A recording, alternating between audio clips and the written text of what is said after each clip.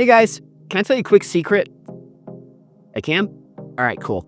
There are 3 myths that I'm gonna share with you today that a lot of locals like myself will not tell you about. So I'm really excited to share all 3 of these with you guys. Stay tuned.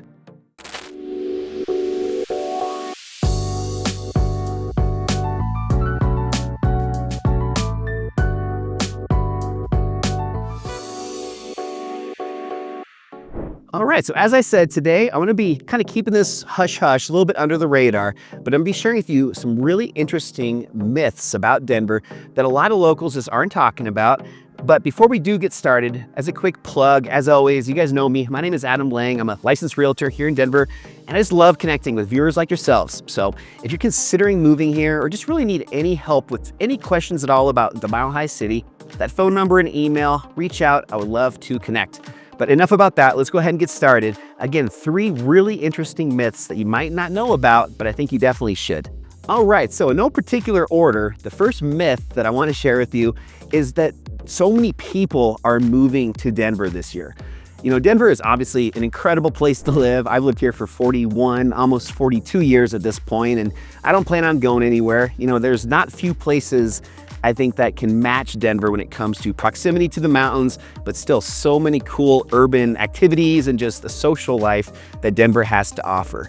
However, this past year, U-Haul, which has a great resource, which is their moving index, where they just track where people are going to and from.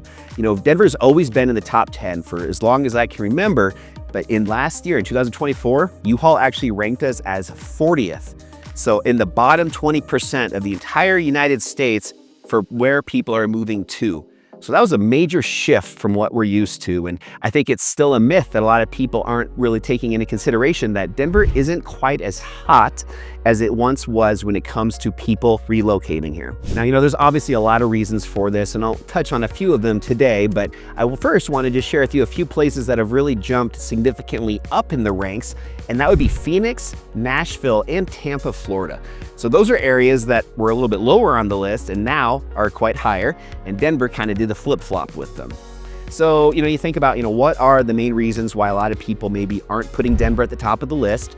Well, first and foremost, I think as a local here, what I've noticed is a lot of people being a little bit, you know, I think cautious or uncertain with all the stuff going on in the news when it comes to some of this Venezuelan gangs taking over apartment buildings. A lot of that stuff is definitely keeping people's interests a little bit raised, but also I think just the cost of living.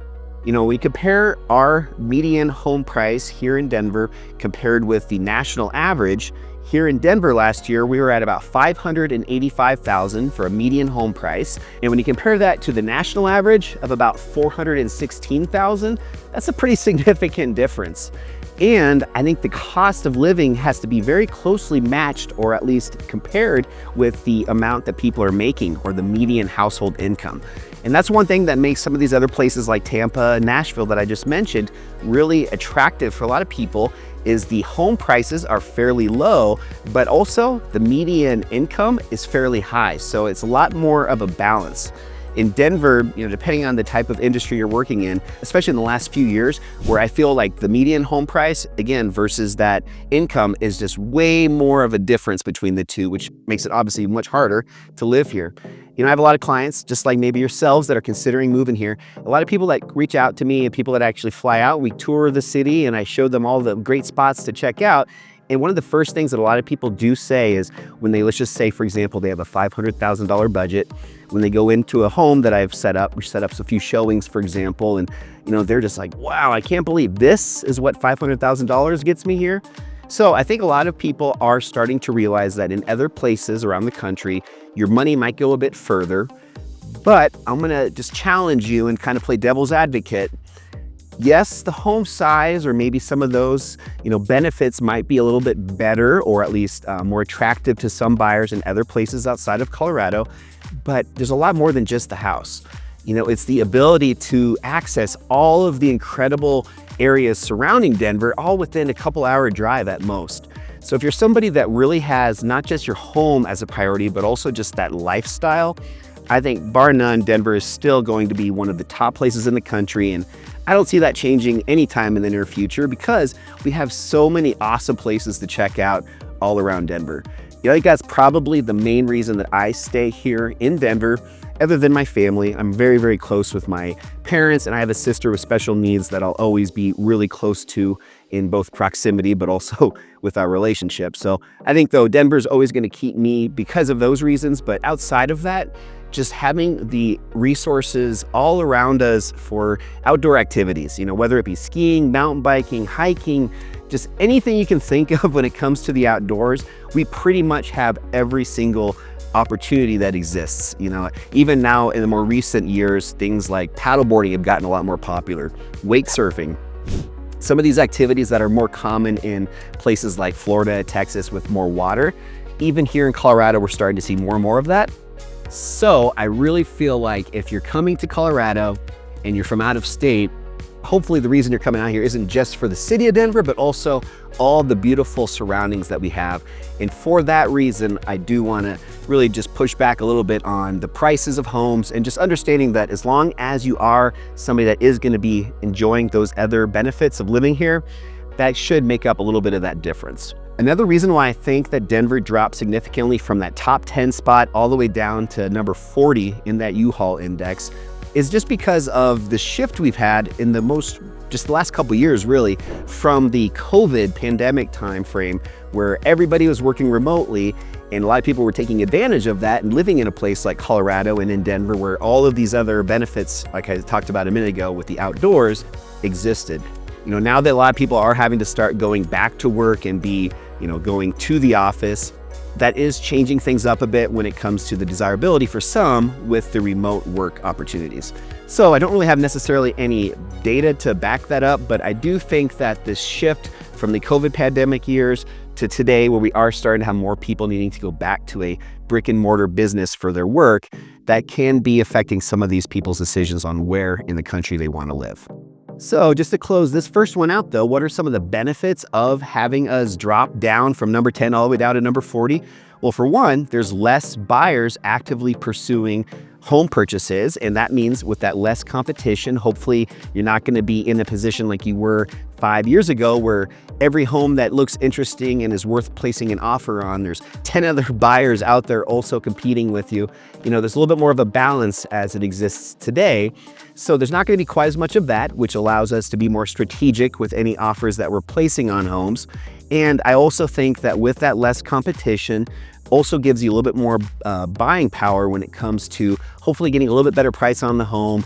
And since it is, 2025 right now, and we're still dealing with a little bit higher interest rates, there is definitely a little bit more room for negotiating seller concessions and just really finding that perfect deal that best matches what you're looking for. So long-winded way to say that I really think that as buyers, Denver is a great opportunity right now because of the negotiating power that you do have as a buyer as opposed to a seller. All right, so now switching gears and talking about something a little bit different. The second myth that I want to share with you guys that a lot of people, especially locals like myself, just don't really tell people about is this whole, this kind of quote that Denver always, I've known about this since I've been a little kid, of Denver, or Colorado, I should say, having 300 days of sunshine a year. And, there's not that many other places in the country that can, brag and just kind of talk about that incredible statistic. But the reason I want to bring this one up and just kind of put a different spin on it is, yes, we do have, probably right around that number, 300 days of sunshine a year. However, we do have some pretty dramatic weather that can go along with that. So, I'm filming this video today, for example, at the beginning of March, and yesterday it was snowing with like 60-mile-an-hour winds. There was a winter weather advisory. Some of the schools were even delayed starts this morning. And, I took my dog out for a walk a little bit earlier, and it was literally 60 degrees. So despite this claim to fame of having 300 days of sunshine a year, I think the extra part that really needs to be clearly presented to anybody considering moving out here is that we just have incredibly variable weather. And I love that. That's actually a reason why I think Denver is so fun and exciting to live, is you can truly have all 4 seasons in a single day.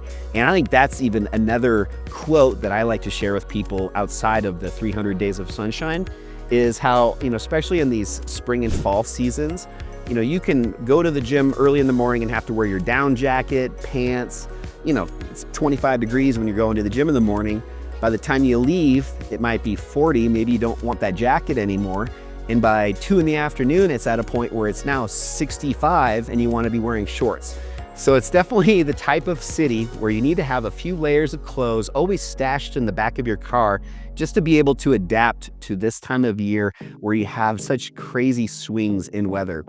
And also, when talking about weather, we have some pretty crazy weather when it comes to Denver and Colorado in general, but especially even here in Denver that a lot of people just don't talk about. So yeah, we have all that sunshine, but we also have some crazy weather when it comes to hail, wind, these blizzards in the wintertime, and really dramatic heat in the summer.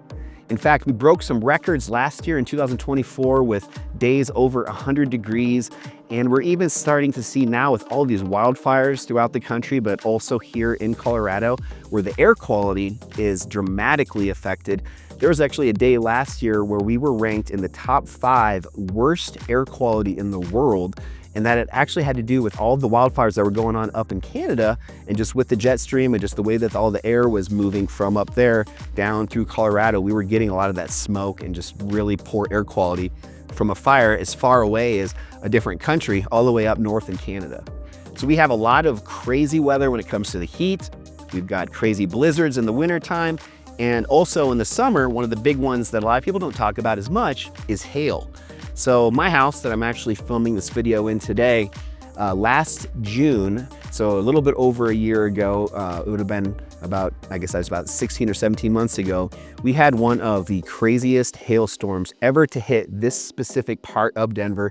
I'm in the Littleton area, so southwest Denver, where there was literally hail the size of golf balls.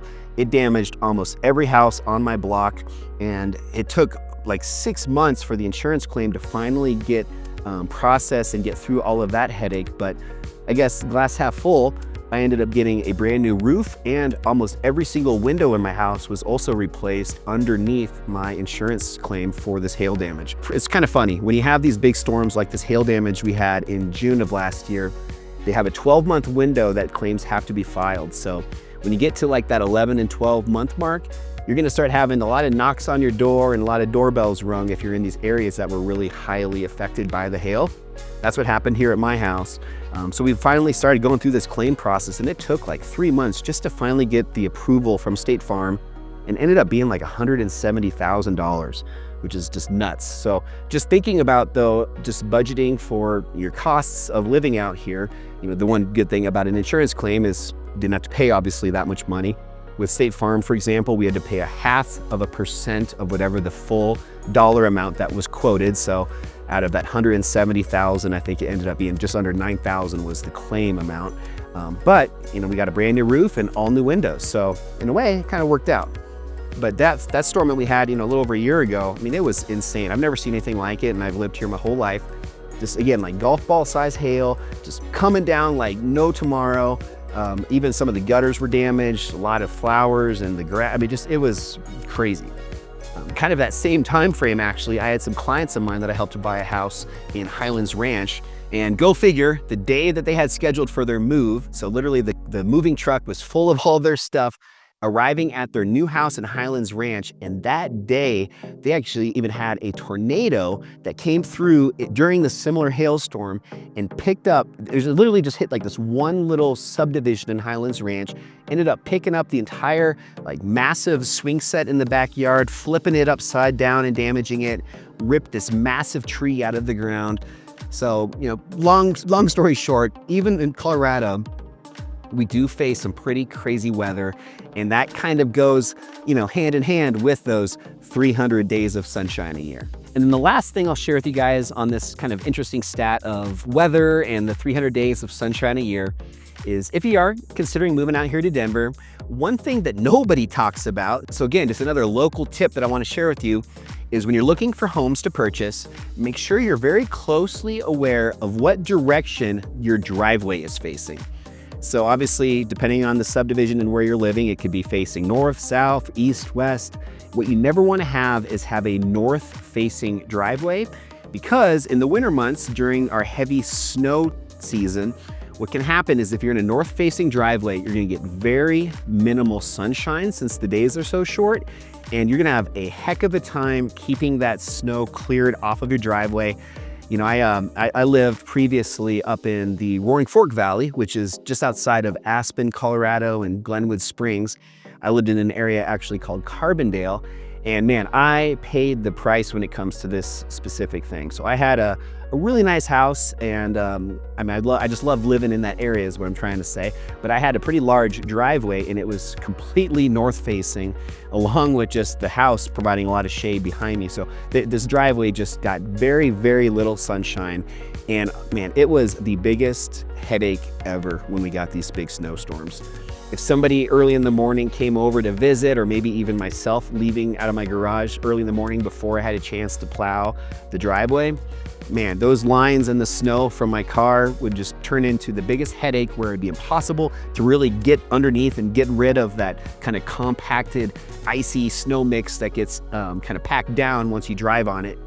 So it was just this huge headache that I never even had thought about until I had a north-facing driveway. So when you start getting out and looking at homes in Colorado, a huge tip for you guys from a local is make sure you find a home that has a south-facing driveway, or if it can't be perfectly positioned south, at least have, you know, southwest or southeast, having a good chunk of the frontage of your driveway facing south, just to maximize the amount of sun exposure you're getting in those winter months, and hopefully having it melt a lot quicker than, again, the north-facing driveways, which are an extra headache and something I would recommend you try and avoid at all costs. All right, and then the third myth that I want to share with you that, again, a lot of locals don't really talk about is just the public transportation options that exist here in Denver, and just how effective and available they are in Denver. So Denver is becoming a very progressive city, if you didn't already know that. And with progressive cities come a lot of environmentalism and people that are very big on promoting, you know, energy efficiency, green alternatives, all that kind of stuff. And public transportation has always been one of the big ways to help with that energy efficiency and being more of a green city. Denver just still, though, does not have the best public transportation, and I would say it's one of the areas that is lacking the most when you compare it to some of the other major cities across the nation. You know, if you look at places that are also very progressive, like San Francisco as an example, they've always had a great public transit system with the BART, Bay Area Rapid Transit. Or if you look at other cities like Chicago or maybe Atlanta, there's a lot of cities that really have this much more efficient and large scale public transportation network of light rail, different types of trolleys, buses, you know, you name it. And Denver's definitely getting a lot better, but there still are quite a few complaints from my friends, my past clients, and even myself at times. I've had a few experiences as well with this, where it just hasn't really lived up to the expectation that it probably should have, being a city like Denver in a beautiful place like Colorado that is obviously very big on the environment and protecting the beautiful landscape that we have all around us here. So we have in Denver, we have what's known as the light rail, and it has pretty good accessibility at this point. There's still one section that they need to complete, which is kind of this western, northwestern section from like Golden up to Boulder. That's one area that still doesn't have as much when it comes to the light rail accessibility, or where they provide the opportunity to use the light rail.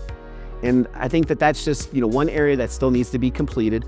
But also, I've heard a lot of people recently complaining about the limited availability with the times that different light rails are going to their different routes. You know, I think that they're just at a point now where they are cutting costs a bit, and maybe it's a budget thing, but there aren't as many frequent stops. It's just not as, again, probably it's not living up to the expectations of maybe some of the other cities. But the bigger part of all this, the reason I really wanted to add this as my third myth for people that are from Colorado that I think want to tell people, but not that many people really know about, is how, while you do have a lot of public transit options here with the light rail and also our public buses known as the RTD, the challenge still, though, is you really need to have a car if you want to get up to the mountains. So kind of going full circle here, what I was talking about at the beginning of the video, with just being in a state like Colorado and choosing a city that might be a little bit more expensive like Denver, you weigh the pros and cons of that, with one of the biggest pros being that you're so close to all of these amazing outdoor recreation opportunities that Denver has out its back door. To get to pretty much all of those, you still need a car to get to them. So there really isn't much, for example, for people that live in Denver without a car, or that don't want to, use their car and they'd prefer to use public transportation. To get up to the ski mountains, for example, it is very challenging. You really only have two options. For most of the ski areas, you have very limited bus services. One of them here in Denver that goes up frequently to pretty much all of the ski areas that are on I-70 is known as the Bus-Stang. And I don't know how much it is today, but it's fairly expensive if you're using that just as your mode of transportation to get up to the mountain for the day. It might be 40 bucks, for example, just to get a bus pass just to go up and back for a day of skiing. So you add that, into the costs of lift tickets, ski equipment, all the other stuff that goes along with skiing. It can be pretty pricey and can be out of the budget for a lot of people. The other option outside of the bus is actually, if you want to go to Winter Park, they have a train that you can take from Union Station in Denver. And it used to be really popular. It lost a lot of its interest for several years, I'd say maybe as much as a decade. And just in the last year, they finally started to revitalize this a bit. So now you do have the option 7 days a week as of this year in the winter to take the Amtrak up from the Union Station in downtown Denver up to Winter Park. So that only feeds one ski area, Winter Park, so it doesn't provide as much accessibility for people that are wanting to ski a lot of the other mountains that we have in Denver, in Colorado. But, they're, again, just making the point, very, very limited when it comes to options. There's some crazy, theoretical ideas that they're talking about. I think one of them was by 2060 or 2070 that we probably would have a light rail type public transit option for people that would go all the way up I-70 and hit all of the main ski areas that are right off of the highway. So if you guys are really young, or maybe you're considering Denver not only for yourselves, but for your kids and maybe your grandkids, then that might be an incredible opportunity down the road. But for today, very limited. So if you really are somebody that wants to get out and just enjoy all that Denver has to offer with hiking and biking and just getting outside of the city, just up to the foothills, maybe just a 20-minute drive outside of Denver, places like Golden or maybe up to Boulder, or going a little bit further west to Evergreen, all those places that are amazing are pretty hard to get to with public transit. So just a little FYI, if you guys are considering moving out here, I would still recommend having a vehicle incorporated into your budget and your cost of living, just to make sure you are able to enjoy everything that the area around Denver has to offer for everybody. So good little tip for you. All right, so hopefully you got some value out of those 3 myths that, as a local, hopefully I could shed a little extra light on and maybe change your opinion a bit on what you've heard in the past from people.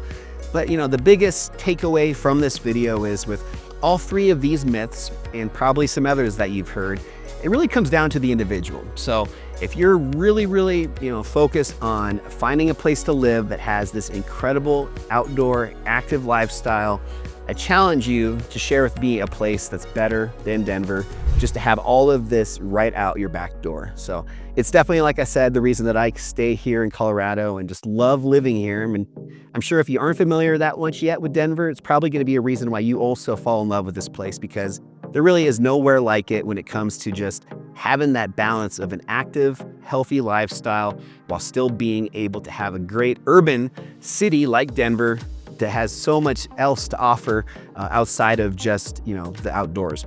So after sharing those myths with you and you're still interested in Denver, I got a few things I want to share with you before we close out the video. So first and foremost, I have a brand new locals guide to Denver that I put together. It's got over 20 of my favorite neighborhoods, all the best parks, restaurants, bars, the schools in the area, just everything you need to know about all 20 of these areas. They're all different parts of Denver. So definitely grab a free copy of that. I'll put a link down below. Just check it out on my website, adamsellsdenver.com. And even more so than that, I wanted to share with you guys that on my website, you can download a lot of other great resources if you're still at an early stage and unsure about whether or not Denver or any place around the country might be considerable for buying a home. I've got buyer's guides, seller's guides, guides to buying a new construction home, a ton of free resources that are all available just to download and just help educate yourselves a bit more on the home buyer process and especially what it's like here in Denver, Colorado. So I hope you guys take advantage of that. It's completely for free. I just want the ability to connect with you and hopefully provide value in any way that I can. So again, the info down below, feel free to reach out. And until next week, I look forward to seeing you guys on a brand new episode of Living in Denver. I'll see you then. Bye.